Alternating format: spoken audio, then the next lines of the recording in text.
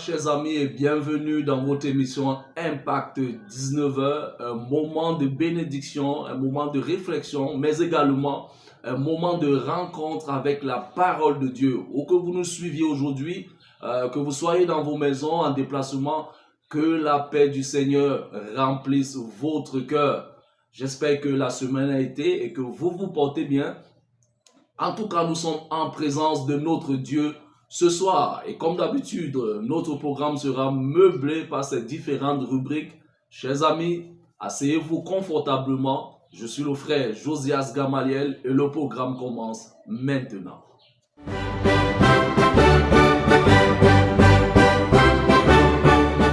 mes frères, oui, mes amis, nous sommes comme ça la première rubrique, la rubrique Instant d'adoration. Et ce soir, nous allons vous proposer un jeune chrétien de la mission du Congo, la mission adventiste du Congo, à la personne de Josué, qui chante, il dit qu'il sait que Dieu agira dans sa vie, et c'est un jeune rwando-congolais ou congolais-rwandais, selon votre convenance, et ça m'amène comme ça à faire un big up à toute la communauté rwandaise dans le monde, et en particulier celle du Congo-Brazzaville, à l'église de Massengo, n'est-ce pas? Je salue tous les frères et les sœurs à l'église de Talanga et à l'église de Bakongo, et à toutes les autres églises. Je voudrais comme ça dire Imana Igoué ou Mugisha, que Dieu vous bénisse.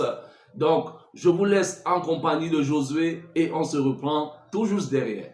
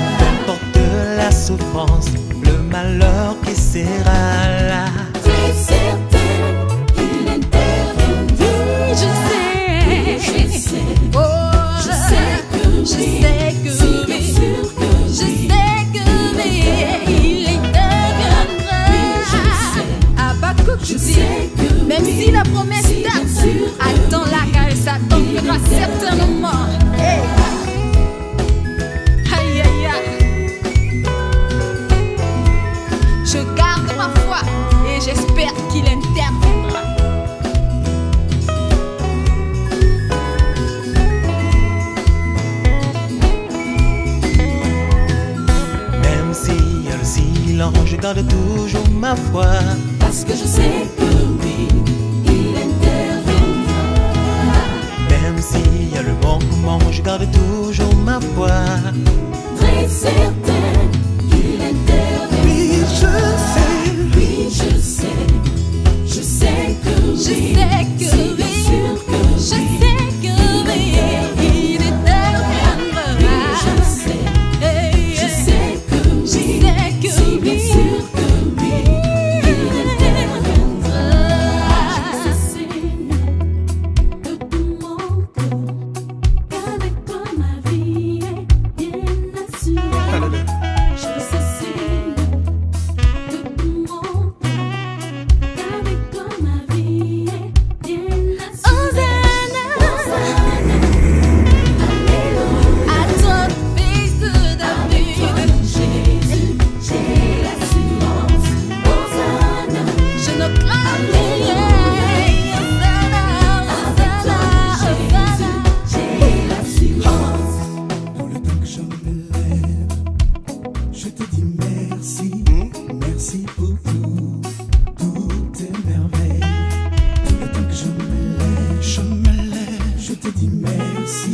Merci pour tout, tout est Hosanna, Alléluia, Alléluia.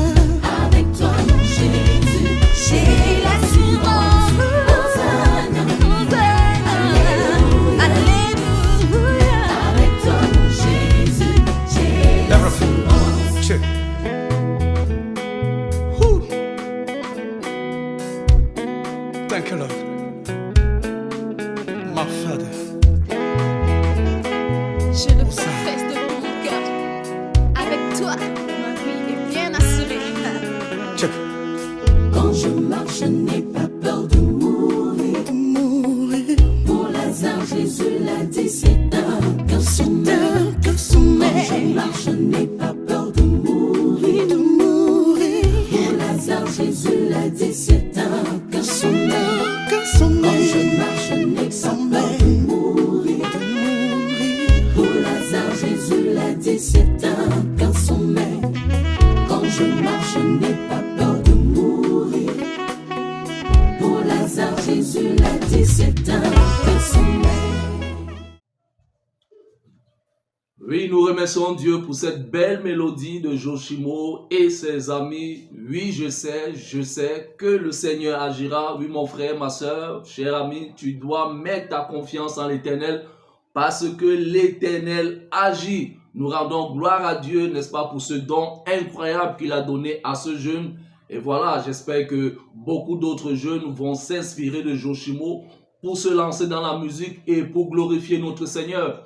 Chers amis, nous allons passer à une nouvelle rubrique, la rubrique appelée « Graines de sagesse ».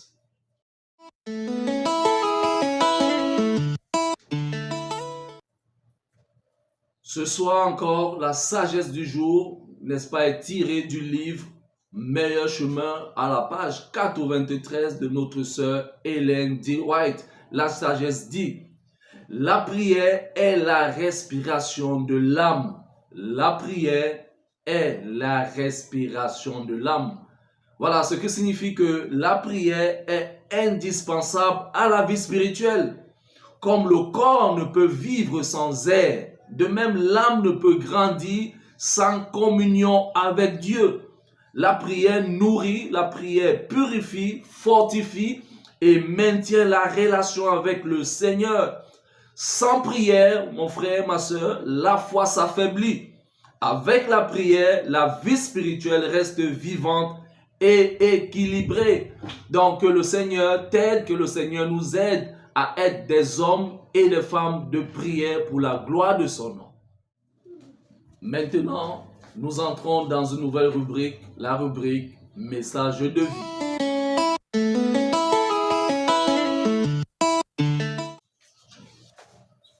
Chers amis, nous sommes arrivés à un moment où nous devons partager la nourriture spirituelle. Et cette nourriture spirituelle ce soir sort du livre de Philippiens, le chapitre 4, à partir du verset 11 à 13. Et je vais faire lecture.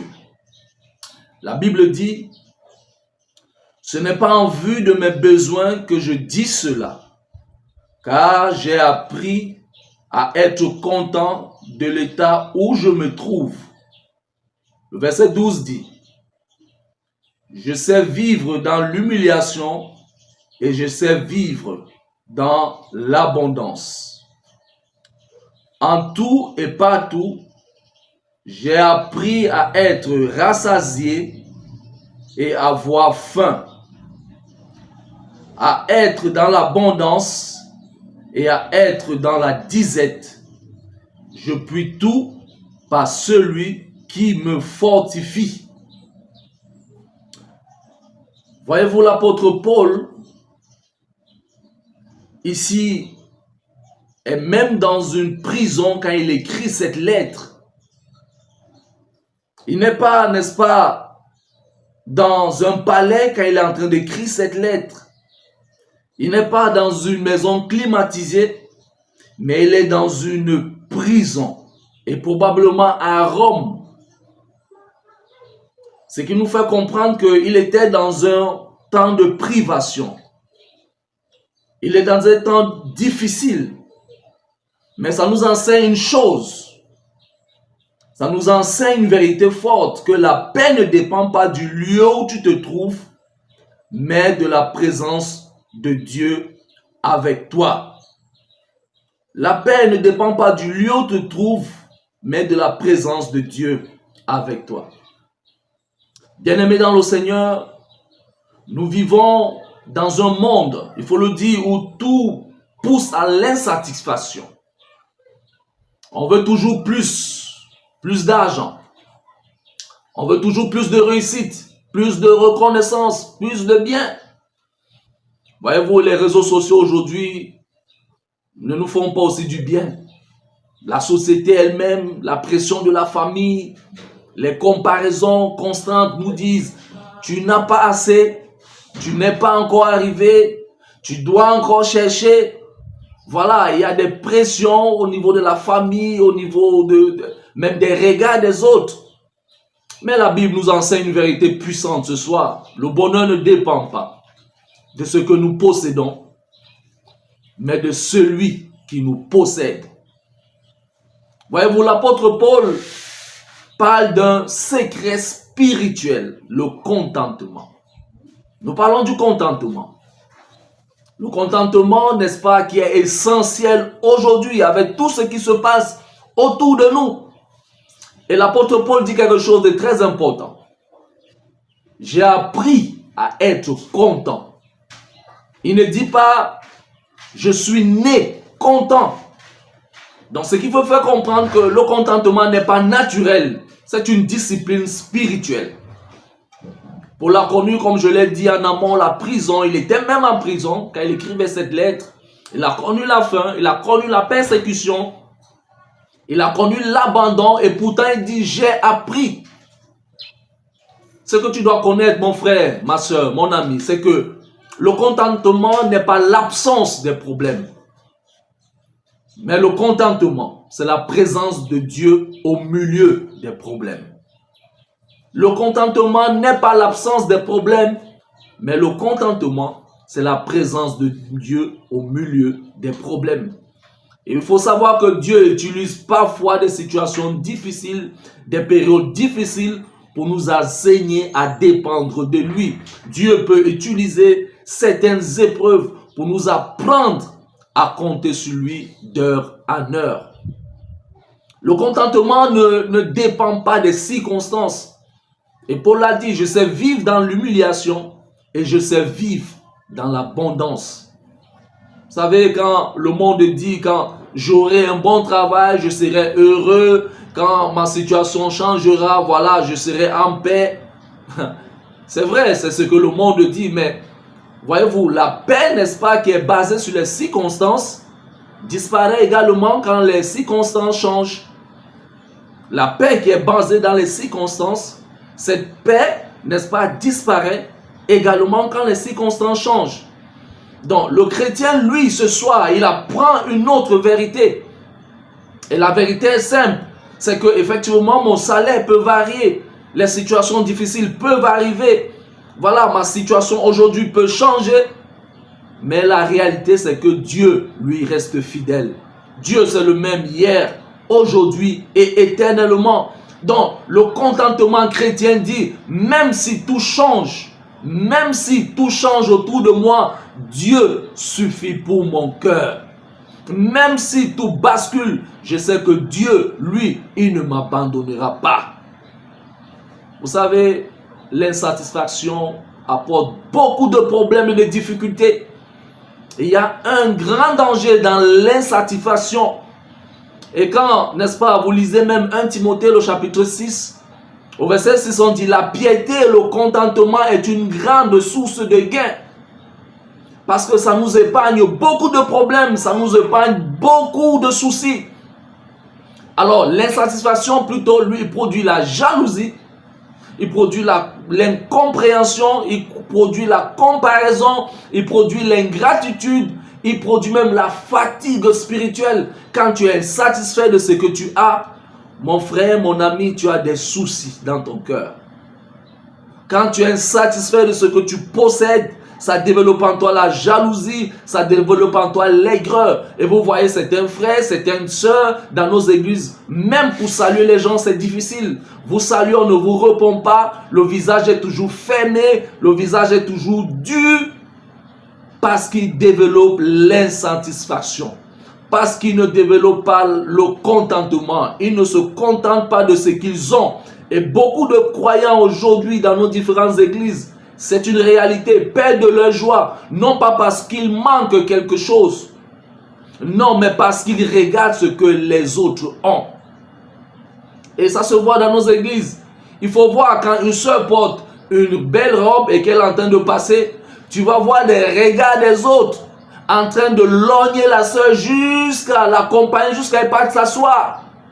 Le pasteur porte une chaussure, un frère porte telle marque, tout le monde a des regards sur sa chaussure. Au point où les coups se tordent. Mais je vous dis une vérité, c'est que si nous continuons comme ça, ces soeurs ou ces frères qui sont insatisfaits de ce qu'ils ont et qui sont en train de jalouser les autres, qui sont en train de convoiter les autres, en regardant ta soeur, un de ces quatre comme ça, tu auras la torticolée et le cou va caler. Et on va appeler les pasteurs à venir prier pour venir redresser ton cou.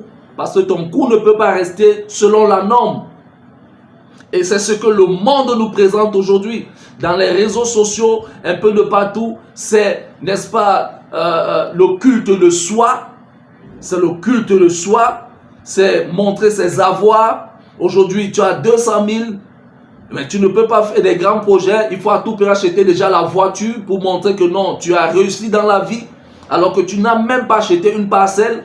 Alors que toi-même, tu n'as même pas encore gardé de l'argent en banque ou autre. Tu ne fais pas des prévisions.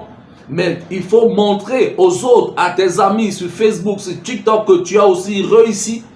Et je vous assure, avec tous ces logiciels, voilà, ces applications de beauté, c'est un danger pour la spiritualité aujourd'hui. Vous allez voir certaines sœurs et même des hommes aujourd'hui, malheureusement, ces applications de beauté font en sorte que vous ne vous acceptez plus. Vous ne vous acceptez plus. Vous ne vous aimez plus. Que ce soit des hommes qui s'arrangent à travers les applications, que ce soit des femmes qui s'arrangent à travers des applications, elles arrangent leur teint, elles arrangent des cheveux, elles se mettent des tissages qu'elles ne peuvent pas acheter, des hommes se mettent des vestes, des chaussures qu'ils ne peuvent pas acheter, ils habitent dans des maisons où vraiment ils ne pourront jamais avoir. Tout cela développe la jalousie, la convoitise. Je vous raconte une petite anecdote. Alors j'étais en visite dernièrement, on était en visite chez certains frères et sœurs. Et voilà, je vois une sœur, elle vient me saluer. Bonsoir pasteur, je dis bonsoir. Elle me donne son nom. Elle me dit nous sommes amis sur Facebook.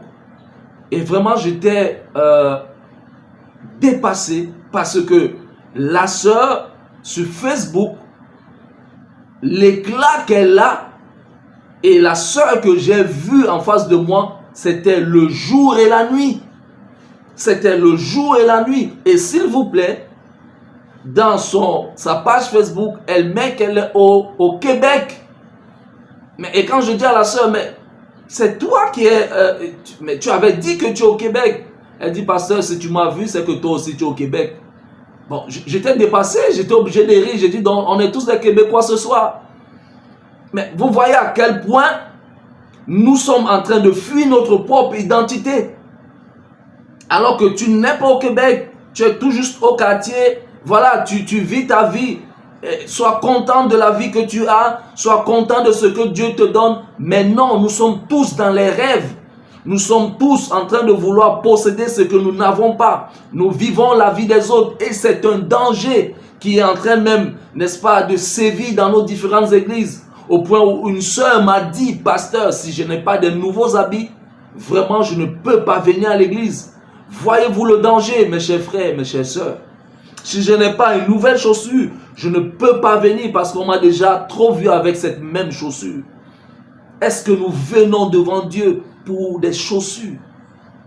Est-ce que nous venons devant Dieu pour être des modèles en matière d'habillement? Est-ce que nous sommes des mannequins? Est-ce que c'est ce que Dieu recherche? Est-ce que Dieu voit ton cœur ou il voit tes habits? Est-ce que Dieu est là pour regarder quelles chaussures tu as aujourd'hui? Est-ce qu'il veut voir ton engagement? Oui. Il n'est pas là pour regarder quel tissage tu as mis sur ta tête, quelle chevelure tu as mis. Non. Est-ce que tu l'aimes? C'est ça l'essentiel. Est-ce qu'il a la présence primordiale dans ton cœur? C'est ce que Dieu veut voir. Mais aujourd'hui, nous sommes en train de traverser un moment difficile. Chers frères, chères sœurs, c'est un message interpellatif. Nous passons des moments difficiles. Les gens ne se contentent plus de ce qu'ils sont et de ce qu'ils ont. Et je vous assure que ce phénomène est déjà dans nos églises. Ce phénomène est déjà dans nos églises. Chers frères, chères sœurs, toi qui es chrétien et enfant de Dieu, Dieu t'appelle aujourd'hui. Regardez même notre maman Ève. Ève avait tout ce qu'elle, n'est-ce pas, tout dans le jardin était pour elle, sauf un arbre. Et malheureusement, c'est ce manque-là, c'est cet arbre-là qui a attiré son regard. Voyez-vous, aujourd'hui, l'ennemi attire toujours notre attention sur ce que Dieu n'a pas encore donné, je reprécise. L'ennemi attire beaucoup notre attention sur ce que Dieu n'a pas encore donné pour nous faire croire et pour nous faire oublier tout ce que Dieu a déjà donné, tout ce que Dieu a déjà fait pour nous. Et c'est ça le travail de l'ennemi. Donc, chers amis, ce soir, Dieu nous interpelle. Dieu nous interpelle à avoir le contentement, à se contenter de ce que nous avons. Et là, je vais vous dire, vous ne pouvez pas. Nous avons dit que ce n'est pas humain. C'est l'Éternel qui peut nous aider à développer cela, mais il faut le vouloir. Et c'est pourquoi, au verset 13, Paul dit que je puis tout par celui qui me fortifie. Voilà le secret du vrai contentement. Le secret du vrai contentement, c'est Christ qui le donne. Le contentement, ce n'est pas une force mentale, mais c'est une force spirituelle. Le contentement vient de Dieu. Il vient quand Christ devient notre suffisance. Et quand Jésus remplit ton cœur, mon frère, ma soeur, les possessions deviennent secondaires. La paix devient intérieure. La paix se développe de manière intérieure, n'est-ce pas? La gratitude devient naturelle. La paix grandit intérieurement parce que Christ a rempli ton cœur, parce que Christ te suffit. Donc le contentement, ce n'est pas de dire je n'ai besoin de rien, mais plutôt de dire Jésus, n'est-ce pas, est l'essentiel pour moi. Alléluia. Donc, chers frères, chères sœurs, chers amis, nous devons, n'est-ce pas, nous contenter de ce que nous avons. C'est une grâce de se contenter de ce que j'ai, parce que ça, vraiment, ça m'éloigne beaucoup de soucis, ça m'éloigne des crises, n'est-ce pas, cardiaques, ça m'éloigne de la jalousie, ça m'éloigne de la convoitise, de la haine, de l'aigreur et toutes ces choses.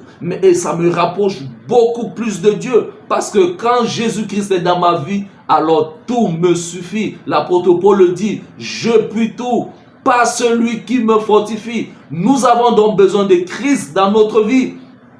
Et c'est pourquoi, n'est-ce pas, nous devons pratiquer ce contentement tous les jours. Nous devons le développer aussi à travers l'aide de notre Seigneur, en lui disant merci tous les jours, à pratiquer la gratitude. Vous savez, si nous pratiquons la gratitude en remerciant Dieu chaque jour, cela va changer notre regard. Cela va changer notre manière d'être. Cela va changer notre perception. Et c'est pourquoi 1 Thessaloniciens, le chapitre 5, le verset 18 dit « Rendez grâce en toutes choses, dont la reconnaissance transforme ce que nous avons en suffisance. » Nous devons éviter les comparaisons. Éviter les comparaisons. Nous sommes uniques aux yeux de Dieu. Nous sommes uniques. Tu es unique, mon frère. Tu es unique, ma soeur. Ne regarde pas autrui. Ne compare pas ta saison ou ta période à celle de l'autre. Non, il y aura certainement des temps de vaches maigres, mais aussi il y aura des périodes de vaches, n'est-ce pas, grasses, où Dieu te bénira. C'est ainsi que la vie a été faite. Et je vous dis qu'au lieu de perdre le temps à contempler les choses du monde au lieu de perdre le temps à désirer être comme X et Y. La Bible te dit dans Matthieu chapitre 6, le verset 33, cherchez premièrement le royaume et la justice de Dieu et toutes les autres choses vous seront données par-dessus tout. Alléluia. Cherchez premièrement le royaume et la justice de Dieu et toutes les autres choses vous seront données par-dessus tout. Oh, quand Dieu devient la priorité, alors les autres choses perdent leur pouvoir sur nous. Quand Dieu devient la priorité, les autres choses n'ont plus de valeur parce que l'Éternel a rempli mon cœur et que je suis heureux d'être ce que je suis. Quand l'Éternel a rempli ton cœur, quand l'Éternel t'a possédé, tu es fier de ton identité, tu es fier de ce que tu es et tu le glorifies. Tu ne peux que dire Alléluia, que notre Dieu soit béni, Alléluia, que notre Dieu soit glorifié, parce que l'Éternel aura rempli ton cœur. Je voudrais te dire, mon frère, ma soeur, pour arriver aux paroles de l'apôtre Paul, n'est-ce pas, à se contenter de ce qu'il a, il faudrait que l'Éternel remplisse ton cœur. Je voudrais t'inviter aujourd'hui à laisser l'Éternel remplir ton cœur. Oh, à laisser l'Éternel prendre possession de toi. À laisser l'Éternel, n'est-ce pas, te diriger, afin d'avoir la possibilité d'être fier de ce qu'on est, fier de ce qu'on a, de ce que nous sommes, notre identité en Christ. Alors que l'Éternel te bénisse, mon ami, que l'Éternel te bénisse et qu'il te met à l'abri, n'est-ce pas, des influences du monde, des influences des réseaux sociaux, des influences du matuvisme, de l'influence de toutes ces choses bling bling qu'on nous présente dans le monde, de toutes ces choses. Je vous dis que la plupart des choses ne sont pas réelles. Tout ce que vous voyez à la télé, tout ce que vous voyez dans les réseaux sociaux, la réalité est tout autre. Et je sais ce que je dis parce que je l'ai vécu et je vous l'ai dit à travers cette sœur. Et il y a 1000 histoires ainsi. Donc que l'Éternel nous aide à développer l'esprit du contentement. Cela sera, n'est-ce pas, un salut pour toi et pour moi, mais également pour tous ceux-là qui nous entourent. Que l'Éternel bénisse dans sa parole au nom puissant de Jésus-Christ. Amen.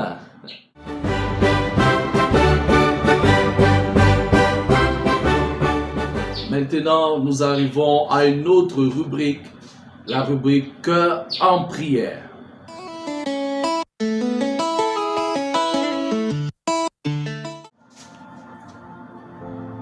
Chers amis, nous sommes à un moment de prière.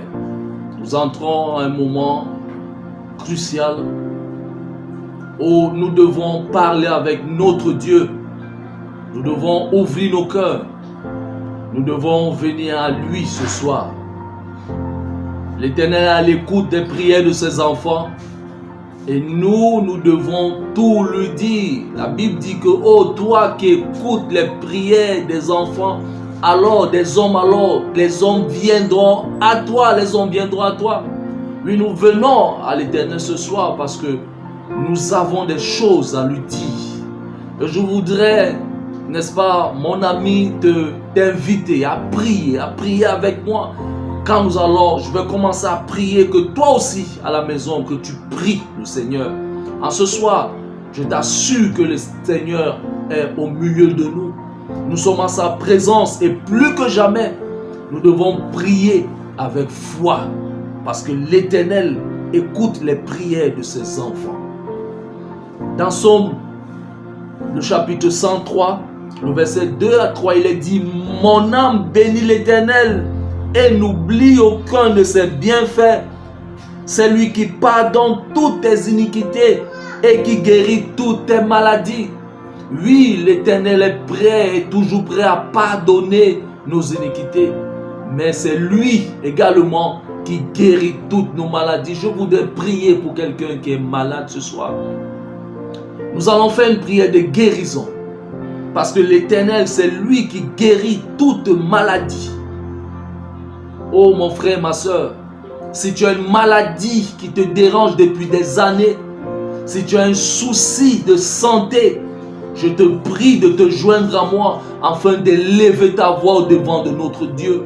Oh Seigneur, notre Dieu, voici tes enfants devant de toi. en ce soir, nous sommes venus, Seigneur, décharger nos fardeaux. Nous sommes venus parce que nous n'avons que toi. Nous drainons des charges. Nous avons péché. Nous sommes honteux et souillés. Mais avec qui d'autre nous pourrons aller si ce n'est à toi? Tu as dit, venez à moi. Et nous venons à toi ce soir, bien évidemment. Parce que nous savons que nous trouverons, Seigneur, le repos. Nous trouverons une solution à nos problèmes. Je te prie, alors que je me mets au devant de ton trône de grâce, Seigneur, que tu puisses me pardonner de mes péchés. Que tu puisses laver mon être par le sang précieux de Jésus-Christ. Que tu me purifies avec des lysopes. Que tu fasses de moi, Seigneur, plus blanc que la neige dans le sang précieux de Jésus. Je voudrais te confier, mon frère, ma soeur, qui est à l'instant aussi en train de prier, de te parler, de répandre son âme, sa saleté au devant de toi, qui implore le pardon de ses péchés. Seigneur, tu as dit dans le psaume 103 que tu pardonnes toutes les iniquités, que c'est toi qui pardonnes, Seigneur, toutes les iniquités. Donc il n'y a rien au devant de toi qui ne peut être nettoyé. Seigneur, nous sommes donc confiants que tu nous as purifiés. Nous sommes confiants que tu nous as pardonnés. Nous sommes confiants que tu nous acceptes et que tu es prêt à nous écouter. Seigneur, en ce soir, toi qui es le docteur par excellence, Jésus étant sur terre, la Bible nous dit qu'il a guéri toutes sortes de maladies. Les gens, n'est-ce pas, qui avaient des maladies chroniques, ceux qui étaient aveugles, extropiés et autres, Jésus a guéri par la parole, par le toucher, par le seul désir de la guérison. Les gens étaient guéris à distance. Les gens étaient guéris par sa présence. La même puissance il a donnée à ses disciples. Les pierres, au travers de l'ombre, de leur ombre, les gens guérissaient. Et aujourd'hui, nous faisons aussi une prière de foi pour la guérison de quelqu'un qui est malade ce soir. Je ne sais pas quelle est la maladie qui te perturbe, mon frère, ma soeur, en ce soir. Je ne sais pas ce que tu traverses depuis des années. Qu'est-ce qui tourmente ton cœur comme maladie, comme santé perturbée. Mais ce que je sais, c'est que je prie au nom de Jésus que l'Éternel te visite ce soir et qu'il t'accorde la guérison. Comme cette femme qui a perdu le sang pendant 12 ans et qui s'est dit, le jour où j'aurai l'occasion de toucher ne serait-ce que le pan de la robe de Jésus, je sais que je vais guérir. Je t'invite à avoir la même foi comme cette femme. Je t'invite à avoir la même détermination comme cette femme, car Christ a envie de te dire que ta foi t'a sauvé. Christ a envie de te dire, mon fils, ma fille, ta foi t'a sauvé. Je t'invite à avoir la même détermination que cette femme qui avait tout perdu, son argent, qui avait perdu son temps. Elle était abandonnée, elle était délaissée de la société parce qu'elle gisait du sang. Elle a dépensé son argent dans tous les hôpitaux. Je sais que certainement tu es parti dans les hôpitaux, mais tu n'as pas encore trouvé de solution. Peut-être qu'on t'a mené vers les tradipraticiens où tu croyais que tu devais avoir la solution et tu n'as pas trouvé la solution. J'intercède pour toi ce soir. Au nom de Jésus, que tu trouves la guérison. Au nom de Jésus, à travers la prière de foi, que l'Éternel te guérisse, qui te relève de ta maladie, qui te relève, n'est-ce pas, de ton lit d'hôpital. Si tu es cloîtré et cloué sur le lit à la maison, que l'Éternel te relève et que tu aies l'occasion de le louer, de le glorifier, de rendre témoignage que moi aussi, l'Éternel m'a visité. Et Ebenezer, l'Éternel m'a secouru. Et Ebenezer, l'Éternel m'a secouru. Je prie pour toi, mon frère, ma soeur. Je prie pour toi qui est encore dans l'hésitation. Je prie pour toi qui est encore dans les doutes. Toi qui te trouves encore dans le doute. Oui, l'Éternel te visite ce soir. Dissipe tes doutes et laisse le Maître entrer dans ton cœur et prendre possession de ton cœur, de ton esprit, de ton âme. Il veut se révéler à toi comme un sauveur, comme un guérisseur. Les hommes peuvent faire tout genre de traitement, mais c'est le Seigneur qui guérit.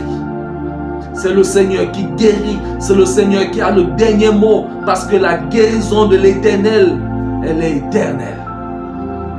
La guérison de l'Éternel, elle est vraie, elle est authentique. Mon frère, ma soeur, ne doute pas. Ce soir est ton soir. Ce soir, c'est l'occasion que l'Éternel t'accorde. C'est cette occasion que tu attendais. Repends ton âme et crie: Yahweh, Yahweh, viens à moi. Yahweh, je voudrais toucher le pan de ta robe. Yahweh, je voudrais expérimenter la guérison avec toi. Prie, lève-toi. L'Éternel t'écoute. Lève-toi et appelle ton Dieu. Et il répondra à ton problème. Il répondra à ton cri. Quand le malheureux crie, l'Éternel entend et il le délivre toujours, nous dit la Bible. Oui, aujourd'hui, nous sommes des malheureux et nous crions: Éternel, entends nos cris et délivre-nous de la maladie. Oui, mon frère, ma soeur, va en paix. Va en paix parce que l'Éternel t'a guéri. Et glorifie l'Éternel pour cette grâce qu'il t'a accordée ce soir. Mon frère, ma soeur, glorifie le Seigneur et dis-lui merci pour la guérison. Car la maladie n'aura plus raison sur toi. C'est fini les dépenses. C'est fini les dépenses astronomiques pour cette maladie. Dieu dit c'est fini ce soir. C'est fini les allées et retours chez les médecins et les hôpitaux. L'argent de transport dépensé, c'est fini. C'est fini pour ces charlatans, ces soi-disant guérisseurs qui viennent dans les maisons pour escroquer l'argent, pour nous présenter des médicaments qui ne font rien pour prendre de l'argent. C'est fini ces choses parce que l'Éternel t'a guéri. Lève-toi et l'Éternel te dit: va, ta foi t'a sauvé. Que l'Éternel te bénisse au nom puissant de Jésus-Christ. Amen. Amen. Seigneur, que ton nom soit glorifié. Nous remercions le Seigneur encore ce soir pour la grâce qu'il nous a accordée. La Bible dit: mon âme bénit l'Éternel et n'oublie aucun de ses bienfaits, car c'est lui qui pardonne toutes tes iniquités et qui guérit toutes tes maladies. Vas en paix, mon frère, ma soeur, au nom puissant de Jésus-Christ. Amen. C'est fini pour ce soir. Voilà. Nous bénissons le Seigneur pour le moment passé ensemble, pour ces précieux moments spirituels passés ensemble. J'espère que vous avez aimé. Nous avons aimé être avec vous encore en cette soirée. Voilà, restons en prière. Soyons des hommes et des femmes en prière. Développons et supplions notre Dieu de nous donner l'esprit du contentement. Voilà. N'oubliez pas de partager, n'oubliez pas de liker, n'oubliez pas de vous abonner à notre page, mais également laissez des questions, n'est-ce pas, en dessous. Et dans les prochaines éditions, nous prendrons quelques temps pour répondre à ces questions. Voilà, que Dieu vous bénisse en ce soir et nous revoit pour des prochaines éditions. D'ici là, portez-vous bien. Au revoir. Bye bye.